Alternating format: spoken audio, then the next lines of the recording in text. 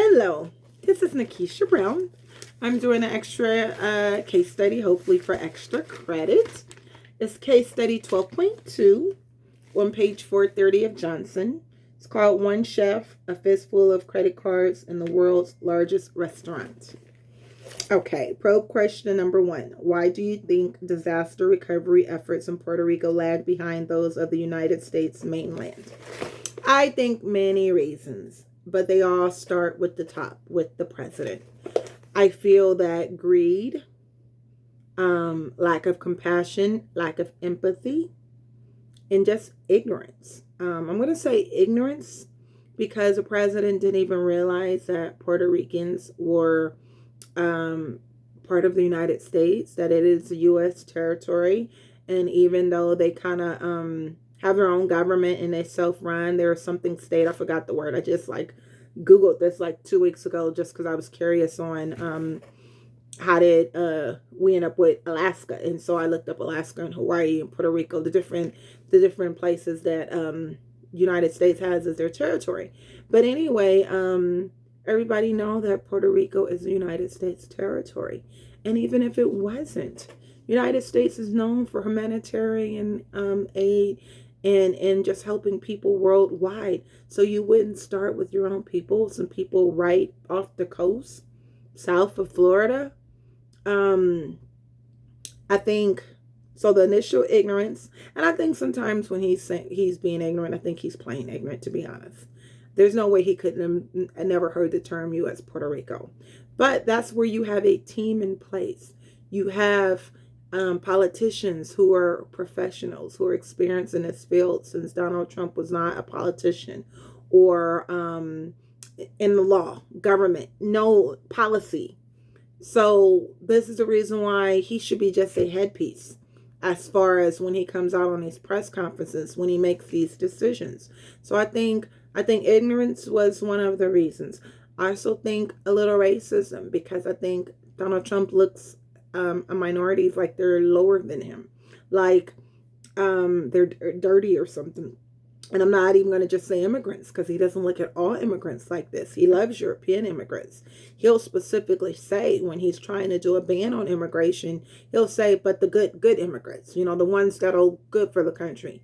He tends to like Anglo-Europeans. He tends to like England, some of the Scandinavian countries. I mean, 2 of his wives were immigrants, and one of them wasn't even legal when she came. His current wife, she didn't even have a work visa. She was here a year or 2 before she even legally was here.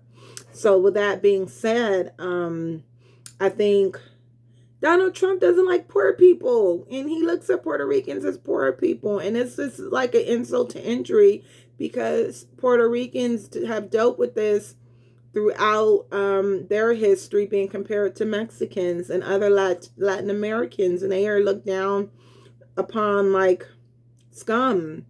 And so to be just left out there to fend for themselves for like a whole week or so, it was ignorant. It didn't make any sense.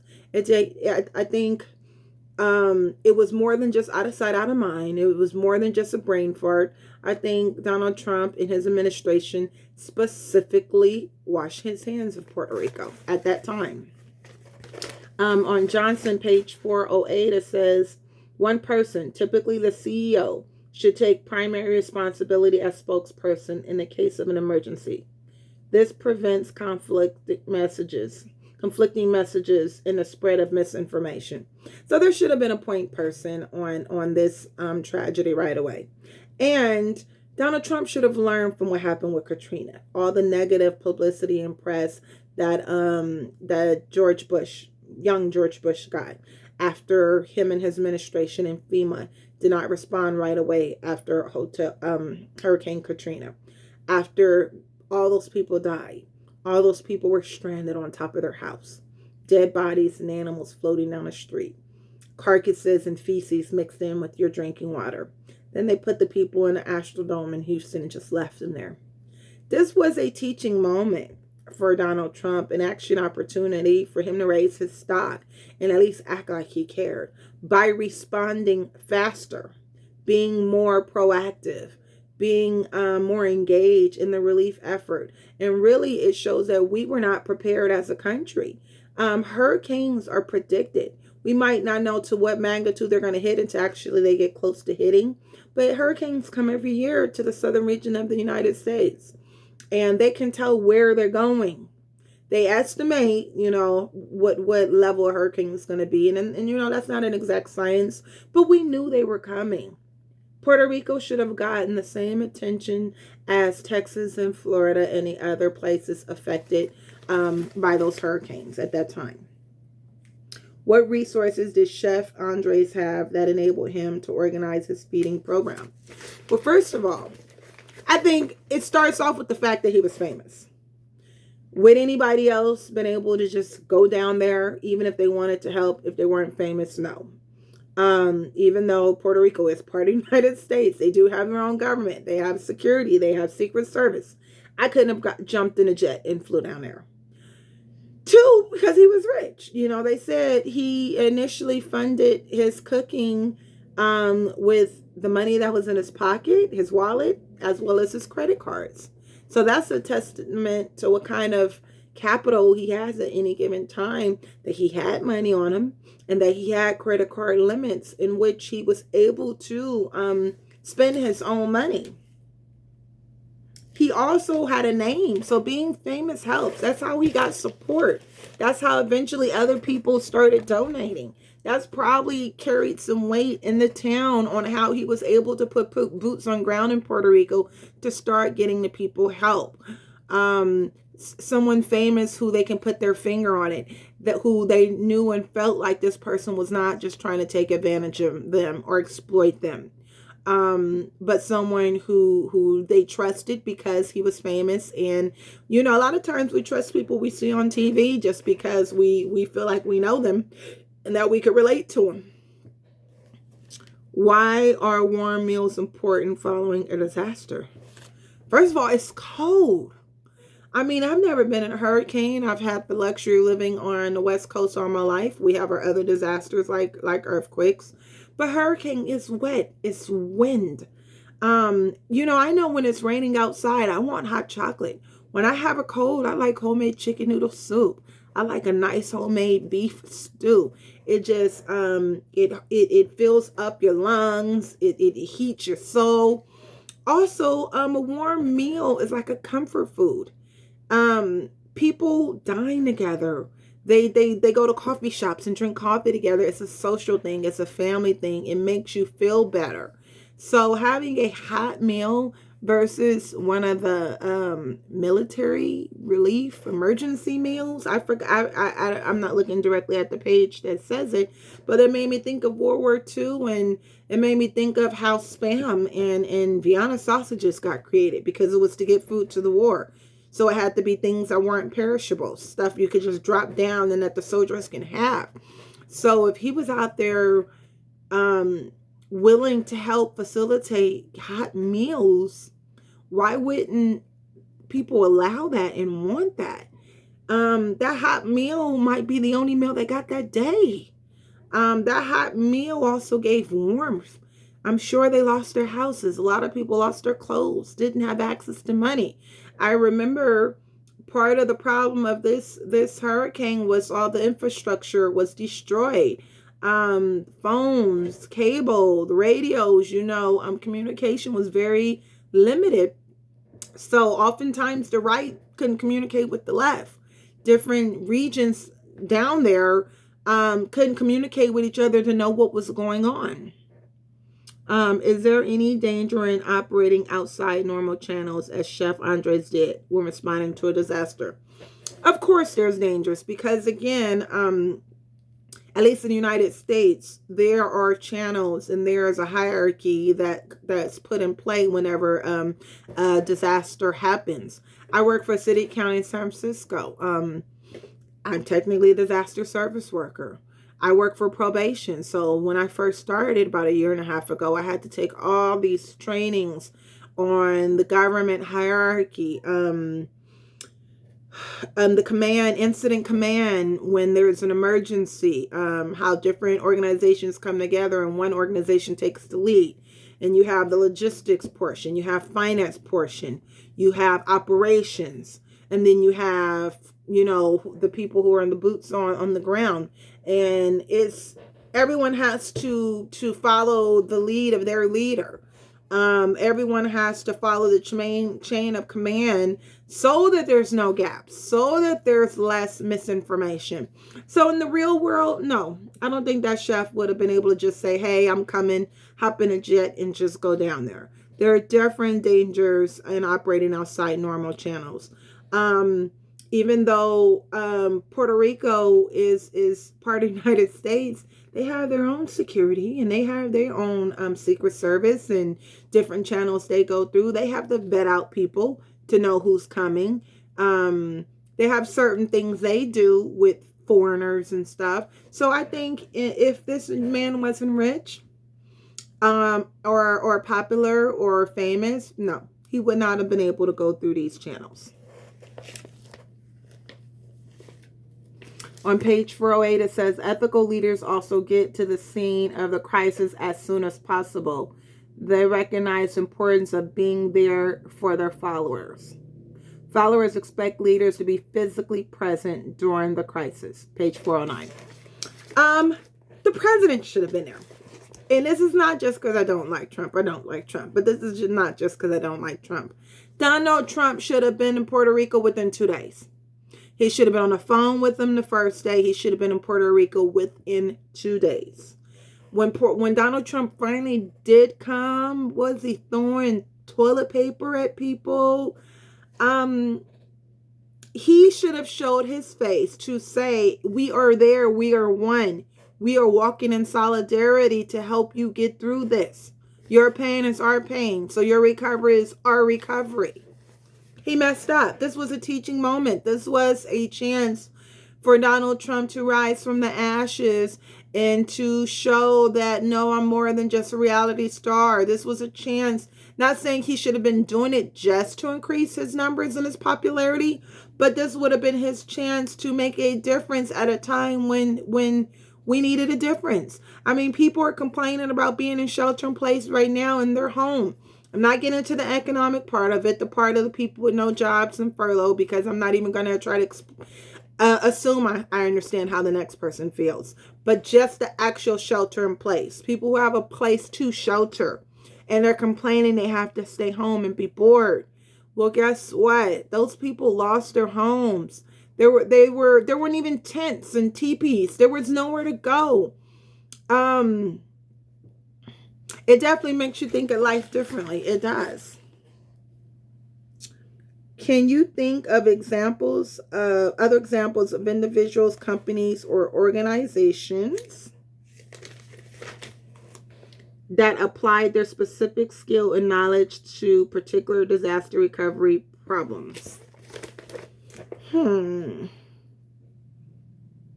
I know that over the history of the United States, singers have come together, entertainers have come together to do fundraisers, to raise money, to go to different recovery efforts. I know originally, I think We Are the World, that song, I want to say it was written by maybe Quincy Jones and Michael Jackson, or produced by Quincy Jones. I believe that was to help the people in Africa. The starving people in Africa. I know they did another version, I don't know, 10, 15 years ago. There's been a lot of different relief efforts for AIDS around the world, helping countries that have gone through other national disasters. I know when Haiti had their earthquake, a rapper named Wyclef Jean actually went down there and helped the efforts because he felt like the United States also was not helping enough. And I believe he either ran for president or they wanted him to run for president down there. But I want to say entertainers have always had their hands in the mix when it came to relief efforts. I know that's something Elizabeth Taylor is known for. That was close to her heart. The whole AIDS epidemic, she gave so much money to try to help find a cure.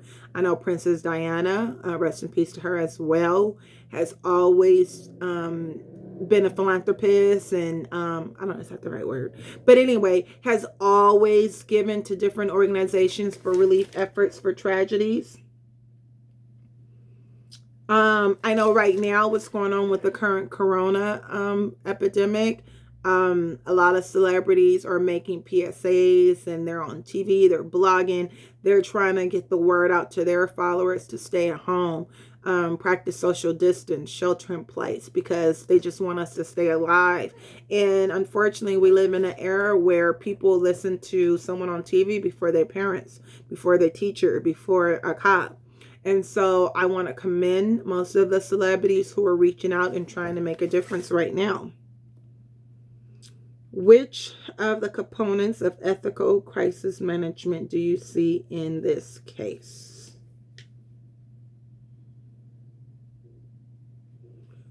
Ooh. I don't know because I did not write them down, but if I can remember, I know that being proactive was something that was talked about. I did not write the components down, but being proactive was something. Having a heart was something that they were talking about. I did take some notes.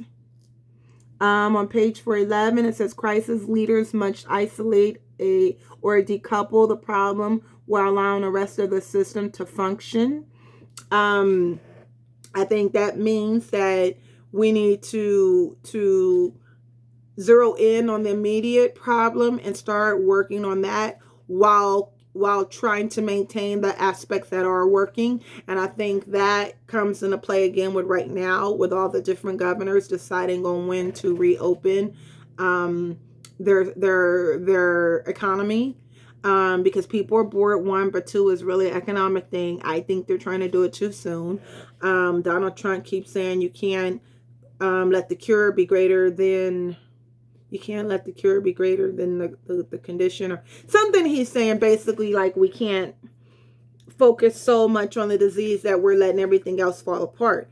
The governor of Maryland was actually on a View today, and he said something very prolific, and he said that we have two not disasters, but let's say disasters for lack of a better word, going on right now. Two enemies we're fighting. We have the economy and the health. Both need to be attacked at the same time, but one hinders the success of the other. If we completely 200% concentrate on just the health aspect, then yes, if we keep the economy closed for a year, it will crash. But if we only focus on the economy, more people will get sick and die. Open economy doesn't solve the problem either. So we have to isolate what doesn't work, attack what doesn't work, while continue what is working. Here in the Bay Area, and specifically San Francisco, social distance is working. We are not having these mass deaths like they're having in New York. And knock on wood and rest in peace, because any death is too many. And as of 2 days ago, I believe there were 20 deaths in San Francisco. There's over 1,300 people affected in Santa Clara, 900 people in San Francisco, Alameda County, and San Mateo County. Those are the other top three after Santa Clara County. It's very sad, but even with that, it's not like what's going on in New York, in New Jersey, and now Maryland, and now I want to say Michigan, down in Georgia. So you have to be proactive. You have to be innovative. We also have to know each emergency is different. So it's fluid. You have to readdress things as they come up and adjust the strategy. Communication is a big key. And I think there was no communication in this disaster in Puerto Rico, or wasn't proper communication. The article even mentioned in Puerto Rico, there was improper communication because the infrastructure, if that's the right word, I don't think that's the right word. But anyway, it was impaired. So communication was limited, and therefore mixed messages and signals were being put out there. Failed communication can put the safety of citizens in danger. Effective communication explains the nature of the nature of, the crisis and its impact while outlining what is being done to address the emergency. I think Donald Trump in this situation should have said, what can we do to address the emergency? Even when he didn't get on TV and respond to Puerto Rico right away, when he did, he should have had a more positive way to do it. He was very negative. It was very negative. It was very disgraceful, and it was very embarrassing.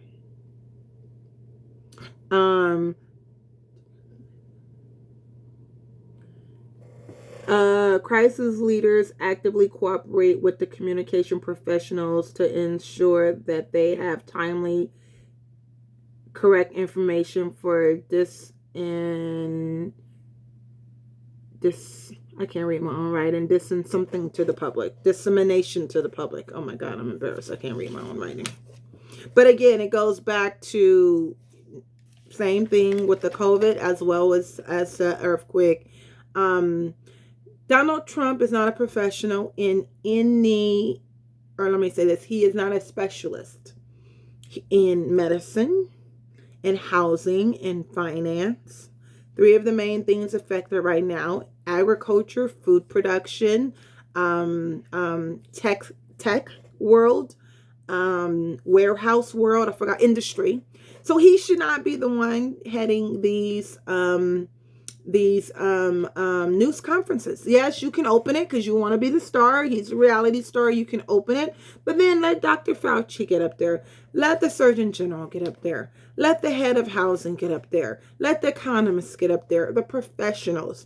It's so much mixed information that my channel that I watch, Channel 7, doesn't even play the live briefings from Donald Trump anymore, because it would be so much misinformation that they felt like it's no good playing it live in real time. So now I have no idea what's really said until like another news station recaps it later on, unfortunately. And I think it was important for me to hear what the president says, even if I don't like him, don't agree with him, just so I can know what the information is. I think one of the fundamental things of this chapter was talking about transparency. Identifying a crisis, letting people know what's going on. If we made a mistake, saying my bad, we made a mistake, but this is how we're going to fix it. Accountability, apologizing, directly acknowledging the people affected, saying we did wrong, but we're going to do right, and this is how. Admitting the nature of the problem. And that's one thing, is that they were not admitting how many people were there hungry, how many people were left in Puerto Rico without food and water. These people went days and days and days, even before this food. It took the chef Andres to come down there first before FEMA even got involved. Then FEMA came, and then he had to go through a lot of channels, and he had to bid, and it just made it really complicated till he eventually backed off. But it's a matter of being accountable, being transparent, being apologetic. Ethical leaders take personal responsibility for not